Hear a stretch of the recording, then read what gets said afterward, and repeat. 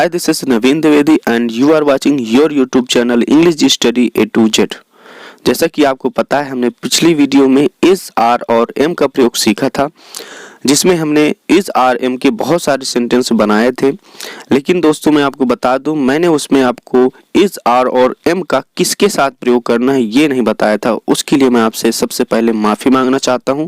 आज हम इस वीडियो में इज, आर और एम का किसके साथ प्रयोग करते हैं ये भी बता देते हैं। उसके बाद हम वाज वर्ग का प्रयोग सीखेंगे। तो सबसे पहले हम बता देते हैं कि इज का प्रयोग किसके साथ करते हैं। तो इज का जो प्रयोग होता है वो होता है ही, सी, इट सिंगुलर सब्जेक्ट के साथ, और आर का प्रयोग होता है वो होता है you, we, they plural subject के साथ। सिंगुलर का मतलब होता है एक वचन, प्लूरल का बहुवचन आपने पिछली हमारी वीडियो में सीख लिया होगा। और एम का जो प्रयोग करते हैं वो करते हैं आई के साथ।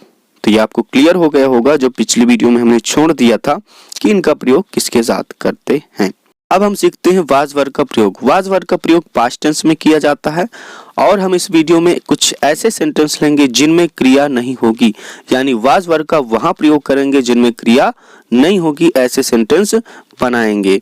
तो सबसे पहले हम वाज का मतलब देख लेते हैं। तो वाज का जो मतलब होता है वो होता है था या थी, और वर्ग का जो मतलब होता है वो होता है थे।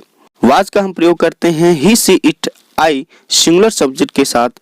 वर्ग का प्रयोग करते हैं you, we, they plural subject के साथ। अब हम देख लेते हैं इन सभी का स्ट्रक्चर कि वाज वर्ग का स्ट्रक्चर कैसा होगा पास्ट टेंस में विदाउट वर्ब। तो देखिए, ये कुछ ऐसे स्ट्रक्चर हैं, आप इनको अच्छे से रीड कर सकते हैं, आप स्क्रीनशॉट ले सकते हैं या आप इनको नोट कर सकते हैं। तो आप अच्छे से इनको देख लीजिए। इसके बाद हम स्टार्ट करते हैं इनका प्रयोग। एक एक करके सेंटेंस लेंगे और हम इनका प्रयोग करके बनाते जाएंगे। आपने इनके स्ट्रक्चर अच्छे से समझ लिया होगा कि कहां पर इनका प्रयोग करते हैं और कैसे करते हैं।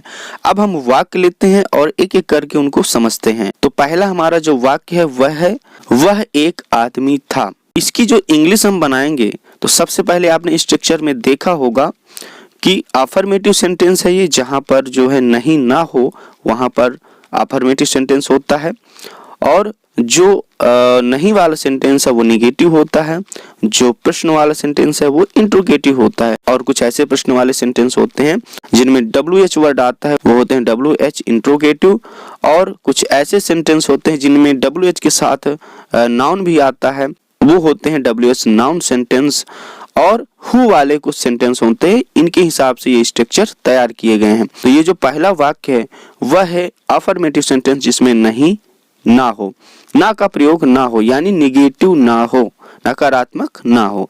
तो यह एक पॉजिटिव है, अफर्मेटिव है। तो इसमें हम पॉजिटिव स्ट्रक्चर के हिसाब से हम बनाएंगे। सबसे पहले आएगा सब्जेक्ट, यानी कि वह की इंग्लिश। तो वह की इंग्लिश होती है वो होती है ही। उसके बाद सबसे पीछे हम जाएंगे, देखेंगे कि था की, यानी हेल्पिंग वर्ब था का यूज करेंगे, और था की जो इंग्लिश होगी वो होगी वाज। और यहाँ पर देखिए सब्जेक्ट क्या है, सिंगुलर है और ही भी है, तो यहाँ पर हम यूज करेंगे वाज का। उसके बाद एक आदमी, एक जो है फ्रेज हो जाता है, एक आदमी, इसका हम बनाएंगे एक साथ यूज करेंगे ए मैन।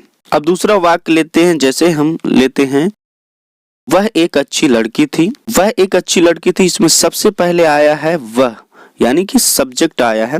तो सब्जेक्ट को सबसे पहले बनाएंगे क्योंकि ये अफर्मेटिव है।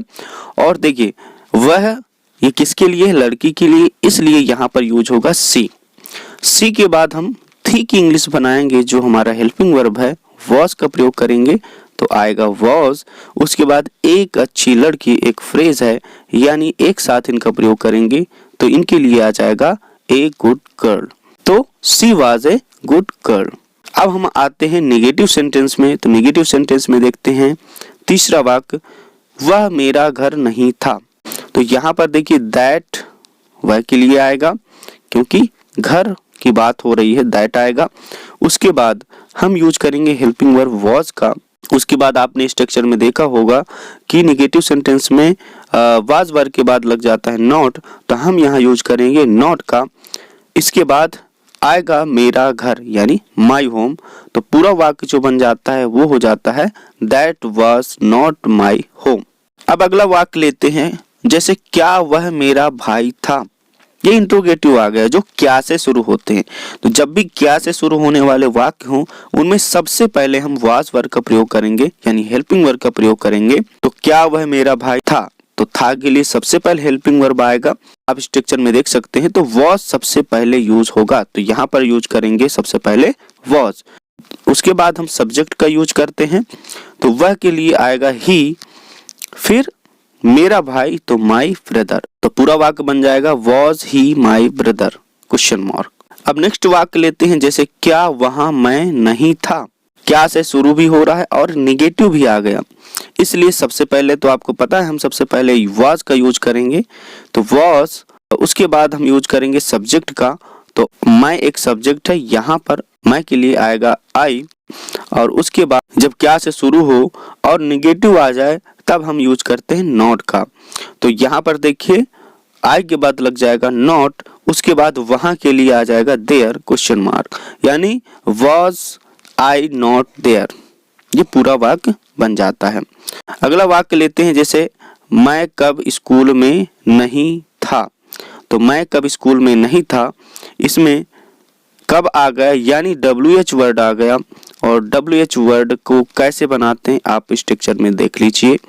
तो सबसे पहले आएगा WH के बाद यूज करेंगे वॉज का।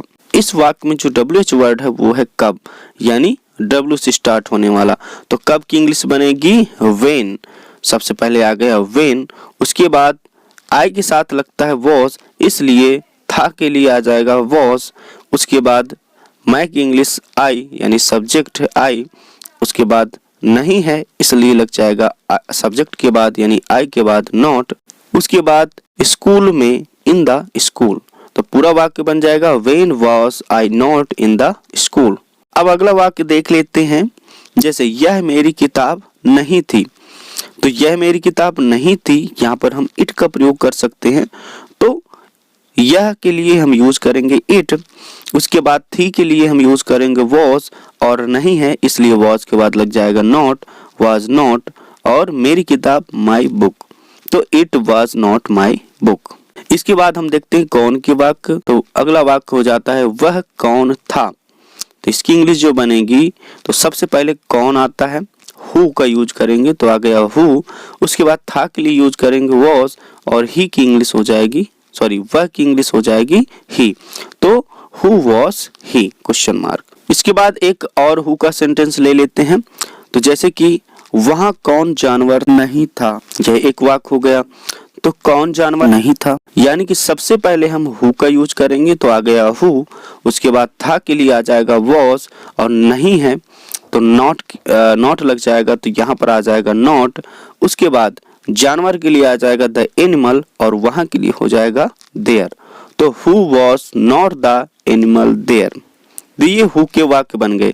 यहाँ पर वाज का यूज इसलिए हुआ है क्योंकि ये ऐसे हु के सेंटेंस है जो सिंगुलर हैं, यानी सिंगुलर सब्जेक्ट के रूप में आए हैं, तो इसलिए यहाँ पर हम वाज का यूज कर रहे हैं। अगर यहाँ पर प्लूरल होता तो हम वर का यूज करते हैं। अब हम देखते हैं यूज ऑफ वर, यानी वर का प्रयोग।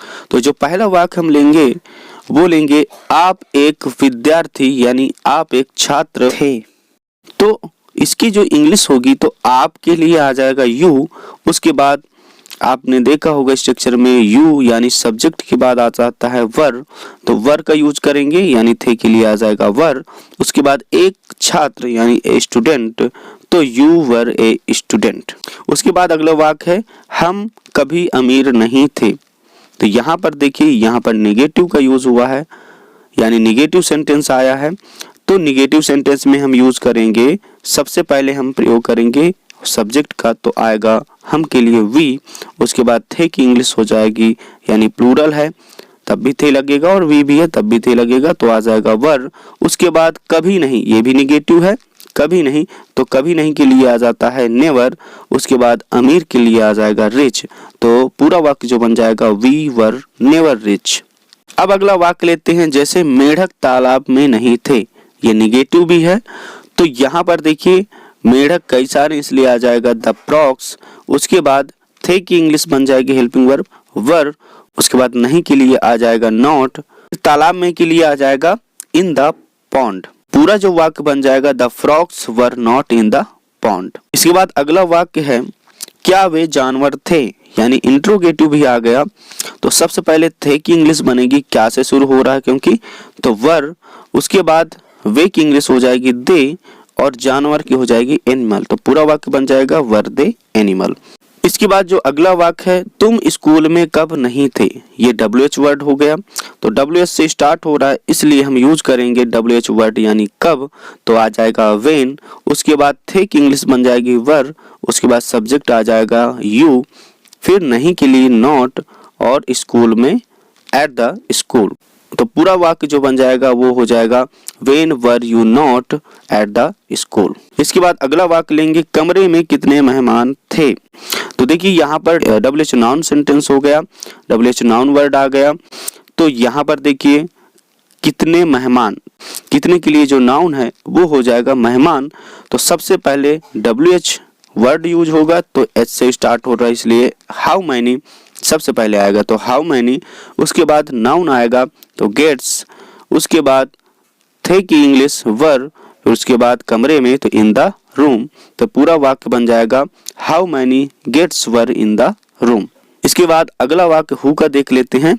तो वहाँ कौन थे, तो सबसे पहले आ जाएगा कौन की इंग्लिश हु, उसके बाद देखिए थे यानी प्लूरल हैं इसलिए आ जाएगा वर, उसके बाद वहां की इंग्लिश आ जाएगी देयर, तो हु वर देयर। ये पूरा वाक्य बन जाता है। अब एक और कौन का वाक्य ले लेते हैं, जैसे कल स्कूल में कौन विद्यार्थी नहीं थे। तो सबसे पहले आ जाएगा हु, तो हु हमने लिखा, उसके बाद वर की इंग्लिश आ जाएगी, तो वर क्योंकि थे के लिए वर लगता है, प्लूरल भी है। उसके बाद नहीं के लिए हम यूज करेंगे नॉट, उसके बाद आ जाता है विद्यार्थी यानी स्टूडेंट्स।